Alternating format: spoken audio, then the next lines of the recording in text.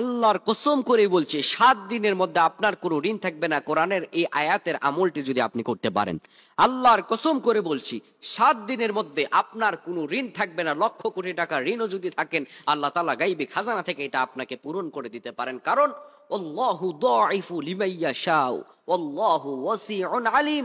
আল্লাহ রাব্বুল আলামিন হচ্ছেন সেই প্রাচুর্যের অধিকারী, যে রব এই পৃথিবীর সব সম্পত্তির মালিক। সুবহানাল্লাহ বলেন।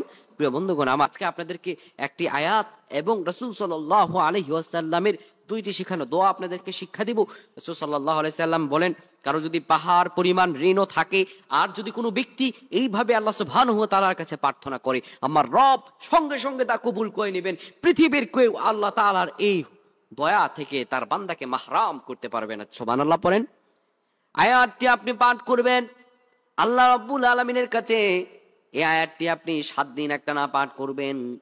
আপনি পড়বেন ওয়াতারযুকু মান তাশাউ বিগাইরি হিসাব। আল্লাহ তাআলাকে যে আপনি বলছেন রব্বুল আলামিন, আল্লাহ আপনি তো প্রাচুর্যের অধিকারী, আপনি যাকে ইচ্ছা তাকে নিয়ামত দান করেন। রব্বুল আলামিন, আল্লাহ আমি অসহায় অবস্থায় আছি, আল্লাহ আপনি আমাকে নিয়ামত দান করেন। কোন ব্যক্তি যদি আল্লাহ রব্বুল আলামিনের কাছে যাইতে পারে, আমার রব রব্বুল আলামিন তার দোয়াকে কবুল আর মঞ্জুর করে নিবে।